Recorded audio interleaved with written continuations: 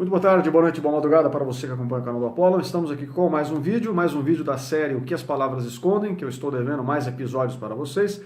O episódio de hoje será sobre intelectuais, em parte baseado num livro chamado Os Intelectuais e a Sociedade, do autor norte-americano Thomas Sowell. E ainda sobre essa série, que como vocês veem, eu demoro um pouco para fazer os vídeos aqui, eu não produzo tantos vídeos assim, mas estou tentando aumentar o número de vídeos que faço, como vocês também podem ver.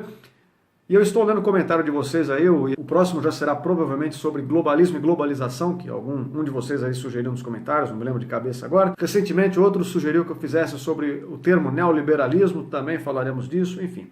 Aos poucos eu vou produzindo aqui, o único jeito de você acompanhar é se inscrevendo no canal ou acompanhar na minha página no Facebook, cujo link está na descrição, certo? Então, intelectuais e a sociedade.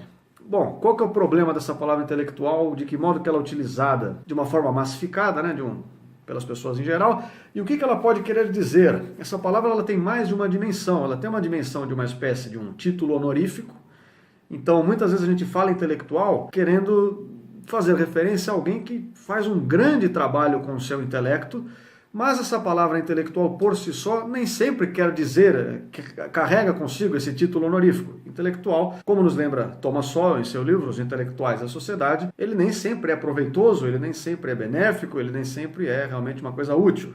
Entretanto, mesmo o sujeito que tem um trabalho intelectual inútil, pervertido, completamente desconexo, este sujeito também é um intelectual. Então isso explica por que às vezes acontece essa confusão que a gente faz. A gente vê alguns intelectuais aí brasileiros, às vezes artistas, metidos a tal, às vezes dos próprios acadêmicos, jornalistas, etc. Nós vemos que eles são chamados de intelectuais, mas a gente fala, pô, mas esse sujeito é um ignorante completo, né? Beira a inteligência aí de um animal quadrúpede, né? Como é que pode esse cara ser chamado de intelectual? Mas é exatamente por isso. O intelectual não necessariamente é um bom intelectual, e esse termo se refere mais à função social que ele desempenha. Qual o trabalho do encanador, por exemplo? É trabalhar com os encanamentos. Qual o trabalho do jogador de futebol? É jogar futebol. E nós o chamamos de encanador, jogador de futebol, mas quando a gente usa esses termos, só dando exemplos, né? Você pode imaginar qualquer outra função social aí, a gente não imagina que necessariamente ele é muito bom no que ele faz, certo? Por exemplo, você fala, o fulano de tal, seu Bonifácio lá é o encanador. Você imagina, nossa, ele deve ser um baita do encanador. Não. Você sabe que ele trabalha fazendo reparos em encanamentos. Quando você fala, o Márcio Araújo é um jogador de futebol, você não imagina, nossa, ele deve ser um excelentíssimo jogador de futebol. Não, você sabe que o papel social que ele desempenha é o de jogar futebol. No caso dos intelectuais, por outro lado, embora o termo também se refira às pessoas que trabalham com ideias, que trabalham com o intelecto, ou seja, que tem como matéria-prima e produto do seu trabalho as ideias, estes são os intelectuais, nós acabamos adornando o conceito e pensando, poxa, fulano é um intelectual, ele deve ser um sujeito muito inteligente, quando isso não necessariamente é verdade. Então, fazendo algumas breves citações ao Thomas Sowell, aqui, a versão que eu tenho aqui é da Realizações, né, da coleção Abertura Cultural, o tradutor vamos ver, com a tradução do Maurício Rigg. Então o Thomas Sowell começa fazendo aqui uma distinção exatamente sobre isso, sobre o que é o intelecto, sobre o que é a inteligência e a sabedoria. Então ele diz assim, intelecto não se confunde com sabedoria. Podemos ter, portanto, o caso de intelectos insensatos. Puro poder mental, o intelecto é a capacidade de apreensão e manipulação de conceitos e ideias complexas, e pode estar a serviço de conceitos e ideias que desembocam, por sua vez, tanto em conclusões equivocadas quanto em ações insensatas. Tendo-se em vista todos os fatores envolvidos, incluindo aqueles que são deixados de lado durante as engenhosas construções do intelecto imaturo.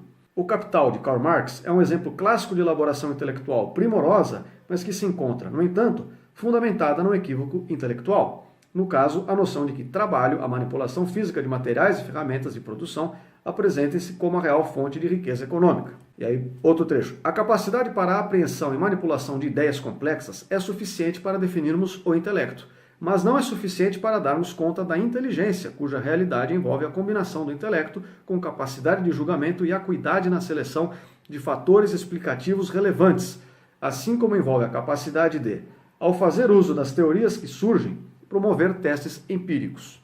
E aí ele diz, inteligência menos julgamento é igual a intelecto.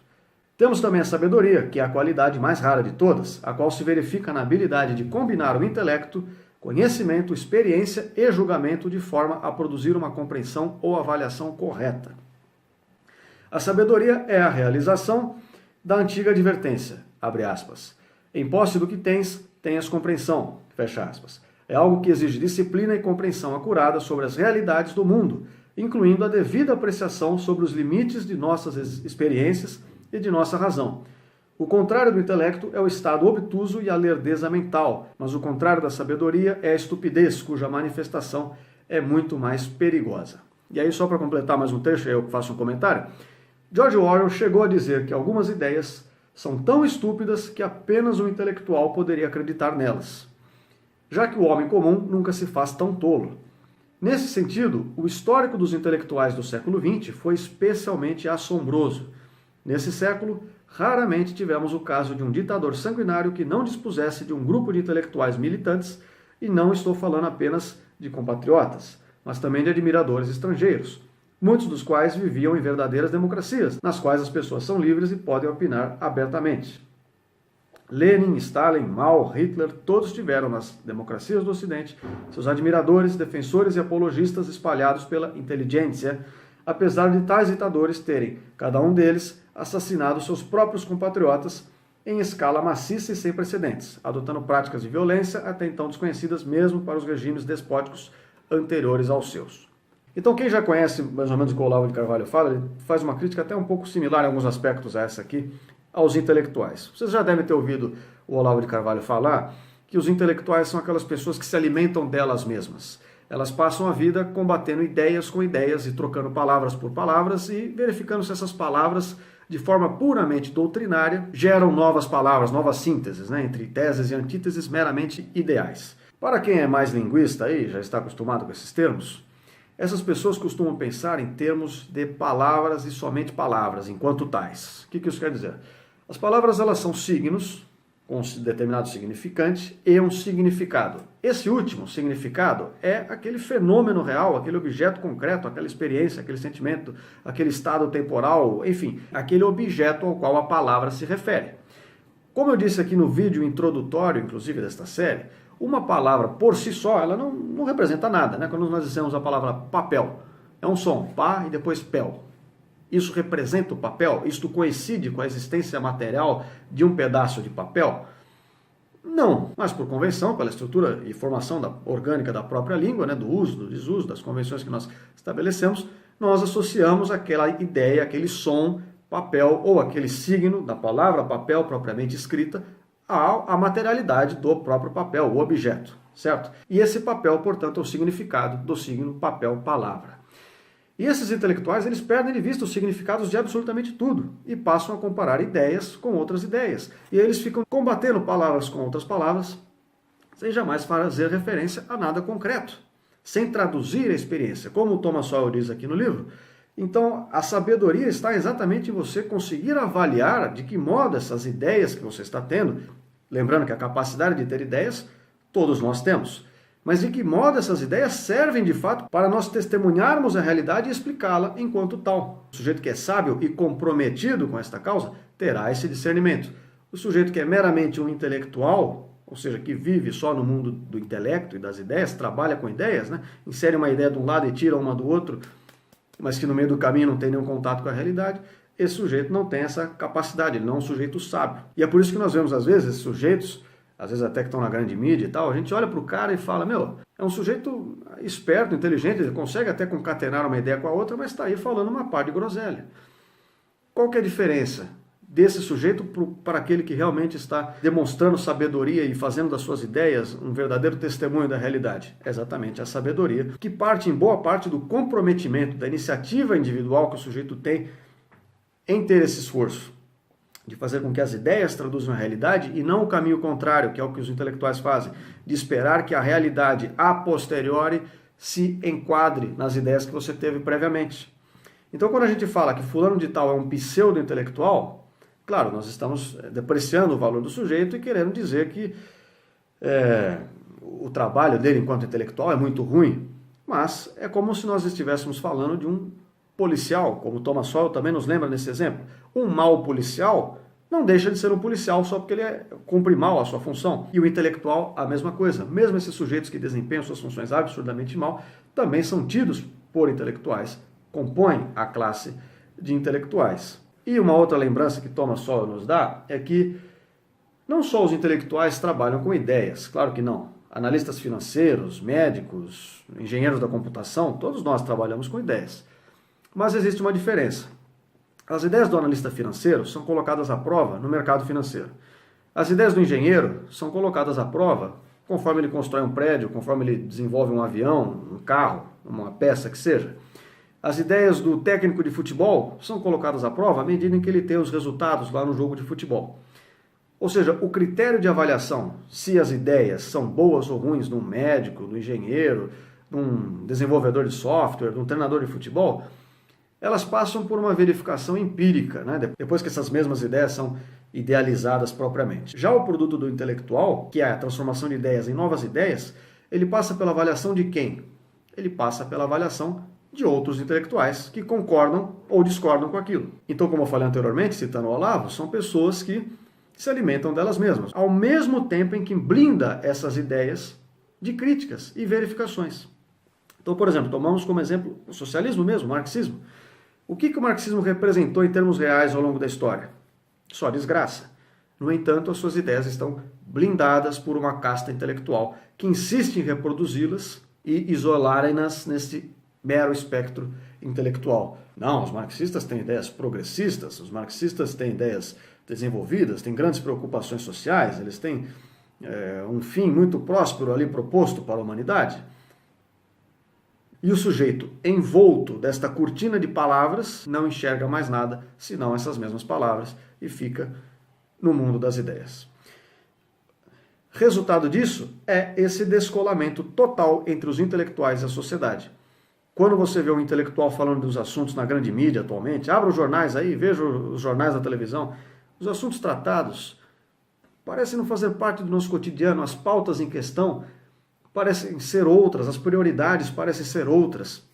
Até que você chega num exagero, digamos assim, né, num caso mais extremista, de um estudo que acho que foi o PT que fez recentemente, posso estar enganado, mas acredito que foram os cientistas políticos do PT, fizeram uma descoberta maravilhosa. Eles fizeram um levantamento estatístico e descobriram que os pobres não são eleitores do PT necessariamente, que os pobres têm muita mentalidade conservadora, os pobres não têm os pensamentos progressistas que eles queriam que os pobres tivessem. E aí qual a conclusão que eles chegam? Lembrando da blindagem das ideias. Bom, um pensamento aos moldes marxistas tenderia a nos dizer que as classes acabam determinando o pensamento dos próprios indivíduos que representam essa classe.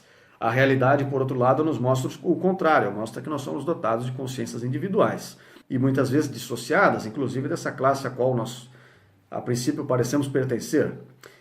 Ou seja, temos uma manifestação clara de uma ideia gerada por um intelectual que não corresponde à realidade.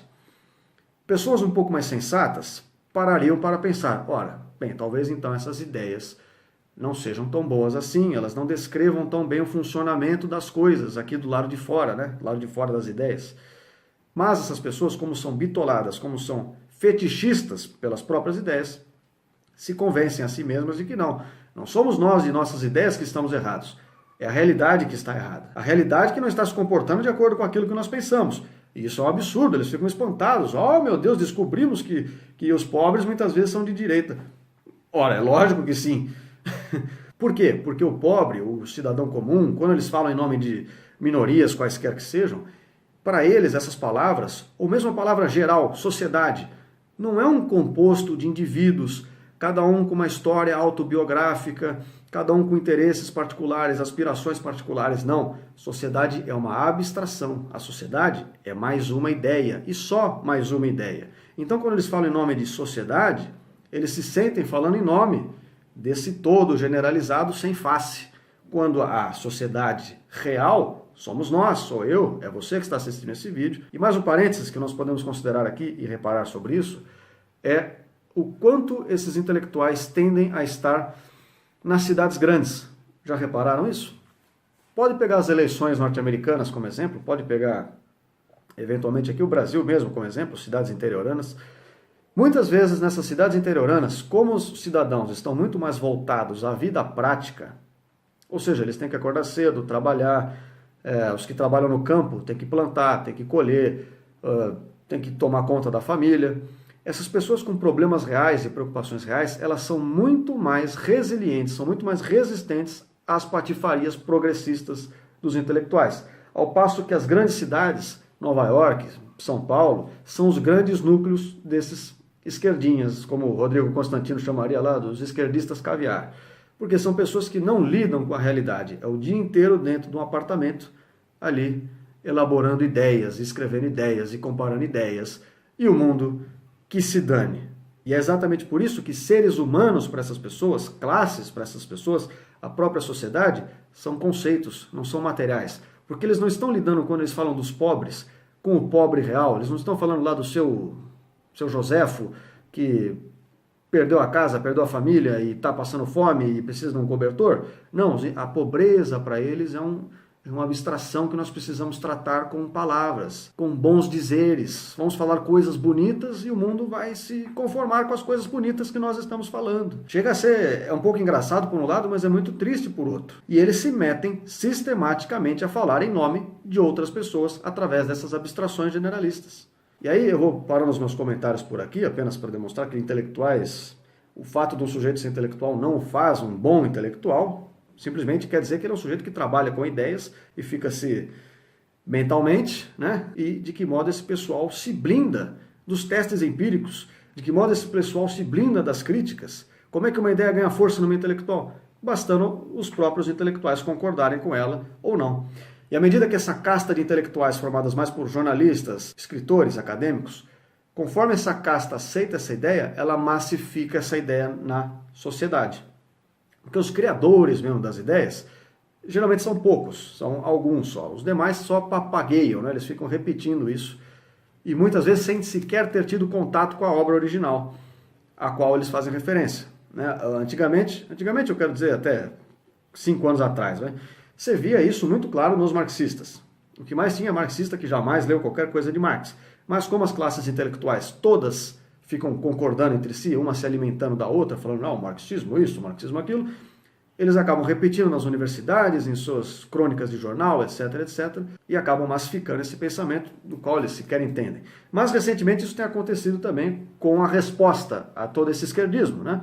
Então, apenas para terminar, falando sobre o livro do Thomas Sowell, eu fiz só uma introdução, esse seria quase o primeiro capítulo só desse livro. Ele ainda aprofunda essa análise dele no papel dos intelectuais nas ciências econômicas, em específico, porque ele, o próprio Thomas Sowell, é um economista, de que modo isso influencia na formação das engenharias sociais, então, enfim, de modo geral, qual o papel que eles desempenham na sociedade. E daí o nome do livro, Os Intelectuais é a Sociedade. Então, por enquanto é isso, voltaremos em breve ou em algum momento com mais alguns vídeos desta série de O que as Palavras Escondem. Para acompanhar, inscreva-se no canal e vamos dando sequência aí conforme possível. Um beijo no nome de todos vocês, até a próxima.